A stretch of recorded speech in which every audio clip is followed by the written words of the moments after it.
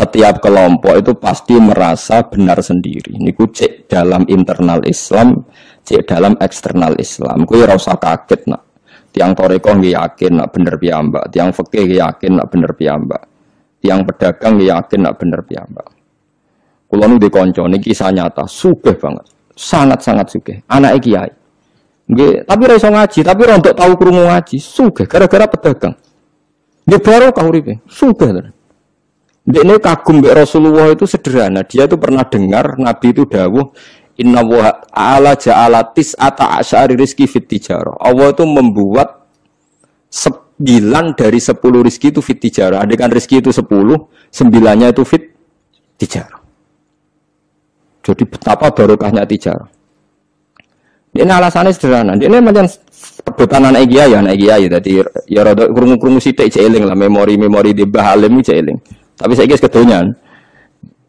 Ya masuk akal. Pak Bah, menurut saya ibadah paling baik itu pedagang. Kiai sekali medit itu ben neraka, Pak. Perkarane ora tau ngamal. Nggak pedagang ora tetep swarga. Kok iso ya? Kiai kan sering saling tempel wong. Sekali medit neraka. Duwe ora golek kok medit ya. Nang ana kiai dadi wani murid kiai. Lah pedagang medit lho tetep lomo, Pak Bah. Misalnya aku pedagang medit, tetap bayari supir, bayari satpam, bayari tukang pel, karyawan. Karena gak tak bayari ra gelem kerja, nek ra kerja aku malarat.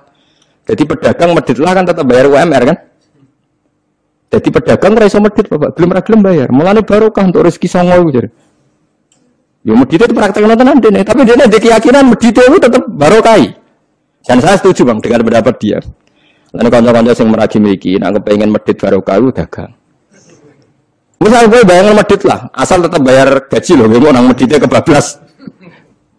Loh gitu pedagang, gue sak medit-meditnya asal bayar gaji kan baru kau tuh, artinya simbiosis rezekinya akan kemana-mana kan?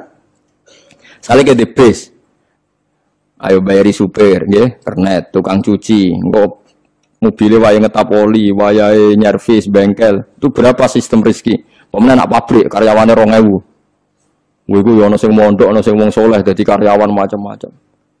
Ya nak bener ya. Jadi dia ngidolakno Nabi, mergo Nabi ku pedagang. Ora ana Pak, ini sejarah Nabi ku kiai, sekono tak wis nabi kok dadi kiai cangkemmu. Wah terus kowe dindi. Yen alasane ora ana sejarah Nabi ku kiai, anane Nabi ku tajir pedagang. Cangkemmu wis dadi nabi kok dadi kiai barang. Oh lah omong aja keluar lho, kowe pedagang ngono ae ora usah. Terus dadi nabi juga napa? Dadi ya. Artinya ya mau kullu hisbin bimaladehim karih. Bahkan kiai-kiai yang sekarang koalisi sama pejabat itu yang soleh ini kula bakal sing soleh, ora soleh kula boten tertarik, ora soleh kok. Itu alasannya juga ibadah karena kalau pejabat itu didekati, setidaknya akidah dia itu masih ahli sunnah. Pejabat itu rata-rata tidak pernah ngaji. Dia taunya Islam NU atau Muhammadiyah ahli sunnah. Itu ya taunya dari kiai-kiai NU atau Muhammadiyah. Jadi kalau adat yang dekati itu NU, ya adatnya NU, Muhammadiyah, Muhammadiyah. Kalau adat yang dekati Syiah, ya Syiah. Kalau apa ya. Nah kalau semua kiai-kiai NU, Muhammadiyah atau kiai-kiai ahli sunnah yang lain, ya karena itu tidak mau dekati, lalas yang dekati itu aliran sesat misalnya. Nanti cara berpikir dia juga aliran apa? Sesat. Berarti yang dekati itu ibadah atau musibah. Mboten jawab mau. Ibadah. Dia tuh yakin betul. Bahkan saya pernah ketemu kiai yang begitu dekat pejabat, dia yakin. Jadi aku tetap wali, banyak juga. Yang memang dia wali betul, orang-orang hebat betul, manfaatan. Dia menyontohkan zaman Mbah Hasyim Asy'ari ya dekat sama Bung Tomo ya banyak dekat. Dulu Jenderal Sudirman dekat Ahmad Dahlan. Dulu Pak Karno dekat Kiai Maskur. Dulu Ahana Sution siapa itu? Ya dekat sama Kiai Mahrus. Ya banyaklah sejarah. Itu kan orang-orang top yang tetap diyakini wali padahal dekat nopo? Dekat nopo? Pejabat. Dan itu terbukti sampai Indonesia menentang paham komunisme, mereka pendiri bangsa ini dekat nopo kiai. Mereka nggak tahu kan buruknya komunisme secara teori negara modern. Taunya karena pahamnya nopo kiai betapa ateis musibah banyak. Bahkan Thailand itu kecelakaan mereka dulu Islam di Thailand sama Indonesia Islamnya masuk bareng, tapi ulama Thailand banyak yang zuhud sehingga tidak dekati pejabat. Tahu-tahu minoritas tidak punya power di negara. Sementara kiai Indonesia pintar dekati pejabat. Kulo bakas sing saleh lho, sampean ora usah terus ono kiai iki proposal mboten iki bakas sing saleh, niki bakas sing napa? Saleh. Saya pernah baca biografinya Mbah Soleh Darat. Itu di antara yang diyakini keluarga besar Mbah Bae R.A. Kartini itu ngajinya sama Mbah Soleh Darat. Makanya Jepara tuh seneng santri karena dulu Mbah Banyak Kartini itu ngaji sama Mbah Soleh nopo Darat. Jadi dulu itu adat ngiyai itu biasa pejabat ngaji itu. Lah kalau melihat begitu kan kiai yang dekati pejabat itu yakin tenan ayo takor. Lho gunane apa Gus Soleh nek dhuwur gunung mulang santri tok iku nguyai segoro wis ahli sunnah de ahli sunnah. Kiai aku iku ngiyaine wong rong ahli sunnah. Ini yakin tenan nek iku takor dan saya kenal orangnya. Ya, artinya enggak apa-apa kalau dia begitu enggak apa-apa. Ya bolak-balik kullu hisbin bima ladehim fa'il. Dia nyontohkan itu di Syiah di Iran. Iran dulu ahli sunnah itu banyak. Tapi ketika penguasa itu lebih dekat tokoh-tokoh Syiah, lama-lama jadi negara Syiah karena wilayatul faqih itu dipegang nopo Syiah. Dulu Arab Saudi tidak semuanya Wahabi. Gara-gara pendiri Abdul Aziz itu setelah ada revolusi menang Abdul Aziz, Ali Saud istilahnya. Ali Saud itu dekat dengan Abdul Wahab. Lama-lama jadi faham nopo Wahabi karena Abdul Wahab sama Ali Saud itu dekat. Makanya sekarang diarani Saudi Arabia. Sebenarnya jeneng Saudi itu ilegal, itu nama pribadi. Tapi karena dia penguasa Arab, lama-lama jenenge Arab nopo Saudi itu Ali Saud. Yang sekarang punya anak Fahad Abdullah itu dulu bin Abdul nopo Aziz. Sekarang turunannya habis tinggal yang sekarang ini, kalau nggak salah ya, yang sekarang jadi raja itu mungkin adik terakhir. Setelah itu generasi ketiga berarti ketiga. Lalu ngomong alim seneng ora tau ning di ning Arab, tapi gak gelem muni Saudi. Perkarane rontok negara diakoni wae mbae. Jadi muni Arab Saudi padha karo muni Indonesia Soekarno ngoten. Muni padha karo menapa Indonesia Soekarno. Ya Arab Saudi jenenge Arab tok asline, cuma gara-gara revolusi politik ditambahin apa. Jadi sehingga kesane nek ora turunan Saudi gak iso. Ya wis dadi rojo, dadi ahli Saud, napa? Ya iki aja melok-melok ngomong paham wis pokoke ben ro.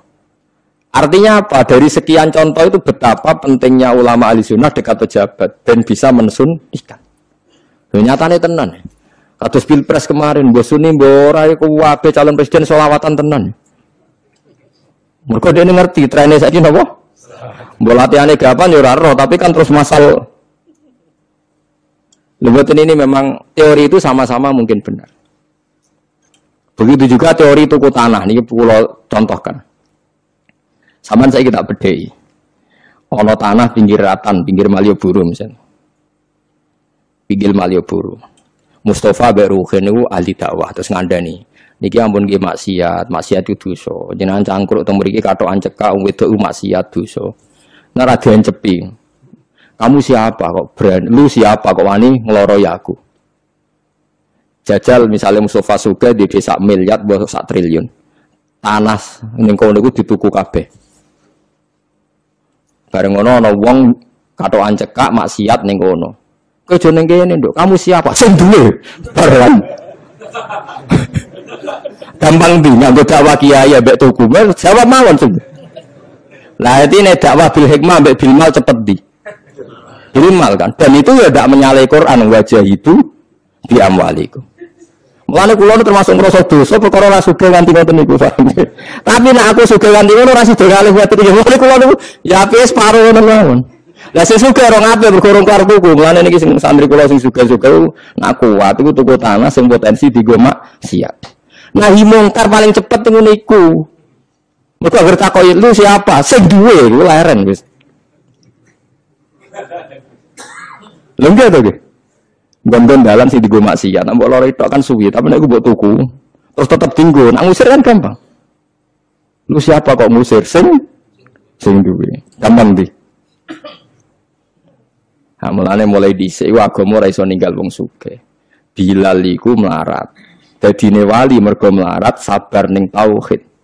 Tapi sing nyelametno donyane Abu Bakar. Jadi pancen mlakune agama kombinasi melarat ambek sugih. Mulane sing melarat ora usah ndonga sugih perkara ini mbok kombinasi. Tapi nek wis bosen banget yo oleh lah maksudnya ge. Nah donga ngeten apa Gusti contoh melarat mboten kula nggih mun wonten Gusti. Kadosnya ndak mendesak harus saya, ndak mendesak harus apa? Saya.